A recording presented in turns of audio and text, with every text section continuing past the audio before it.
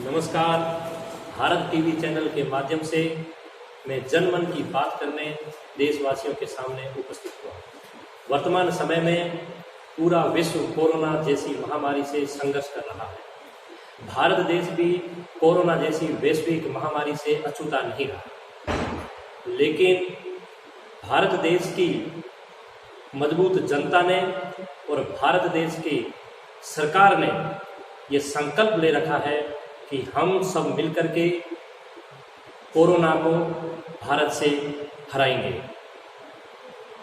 वर्तमान समय में जो कोरोना ने हमारे देश के नागरिकों में जो भय का वातावरण उत्पन्न किया है, मुझे लगता है कि भारत के नागरिकों को कोरोना जैसी वैश्विक महामारी से भयभीत होने की कतई आवश्यकता नहीं है, क्योंकि विश्व के बड़े बड़े विकसित देशों के जो कोरोना से मृत्यु दर है उसको देखें तो भारत जैसे देश में मृत्यु दर बिल्कुल भी कम है। इसलिए कोरोना से भारत की जनता को भयभीत होने की आवश्यकता नहीं है। भारत देश के लोगों ने इस कोरोना को एक युद्ध की तरह लिया है। भारत के कोरोना वॉरियर ने, चाहे डॉक्टर्स हो, चाहे पुलिसकर्मी हो, चाहे सफाई कर्मी हो, और मैं तो यहाँ तक कहता हूँ कि भारत का हर एक नागरिक कोरोना वॉरियर की तरह लड़ रहा है।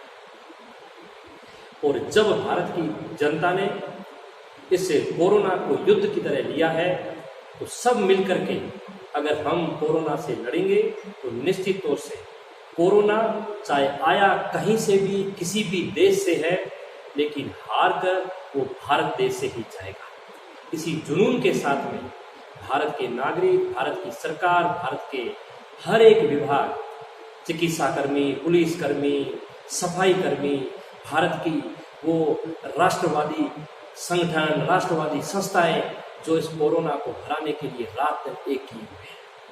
और भारत की जो वसुधैव कुटुंबकम की जो अवधारणा रही है, उस अवधारणा के माध्यम से, उस वसुधैव कुटुंबकम की अवधारणा के कारण भारत के किसी भी नागरिक को विचलित नहीं होने दिया।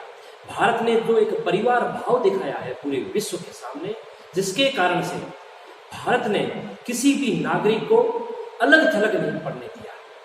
इसलिए सारे इस कोरोना जैसी महामारी आई हो, चाहे भारत के सामने कैसा भी विकट भरा समय आया हो, लेकिन भारत एक है, भारत श्रेष्ठ है, ऐसा उदाहरण प्रस्तुत करके भारत जीता है।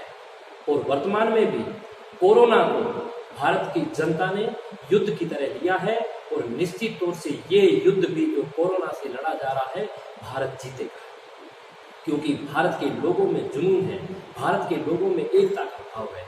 आज वर्तमान समय में चाहे बिहार से, चाहे यूपी से, चाहे बंगाल से, किसी भी क्षेत्र से अगर कोई भी प्रवासी, कोई भी मजदूर, किसान किसी भी क्षेत्र में है, तो वहाँ के नागरिक उसको अपने घर का सदस्य समझ करके उसके खाने पीने की व्यवस्था करते हैं, उसके रहने की व्यवस्था करते हैं। इस प्रकार की व्यवस्थाएं देख करके सारा भारत एक हो उठता है, और भारत एक होकर के कोरोना को निश्चित तौर से हराएगा।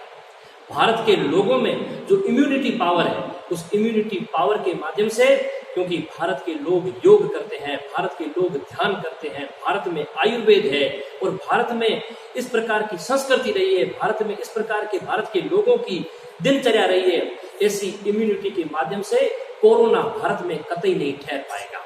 भारत के लोगों को मजबूती के साथ में, जुनून के साथ में इस कोरोना को हराने के लिए हमको संघर्ष करना चाहिए, हमको एकजुट होकर के लड़ना चाहिए। और मैं विश्वास के साथ में कहता हूं, जिस प्रकार से भारत की सरकार काम कर रही है कोरोना को हराने के लिए, कोरोना से विजय प्राप्त करने के लिए, औषधि का निर्माण भी सबसे पहले भारत करेगा, और भारत विश्व का नेतृत्व करेगा।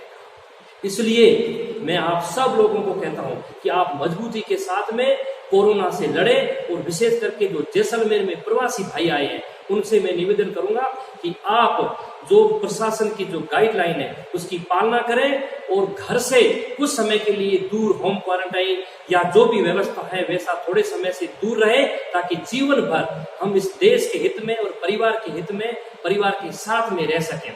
इस प्रकार से आप सब लोग, हम सब लोग है वो कोरोना से मिलकर के लड़ेंगे तो कोरोना में जीतेंगे। मैं धन्यवाद देना चाहता हूँ भारत टीवी को और इनकी पूरी टीम को कि इन्होंने इस कोरोना से लड़ने के लिए, कोरोना से संघर्ष करने के लिए जागरूकता की मुहिम चला रखी है। आप सब लोगों ने मेरी बात सुनी। मैं आप सब लोगों का बहुत बहुत धन्यवाद, बहुत बहुत वंदे मातरम।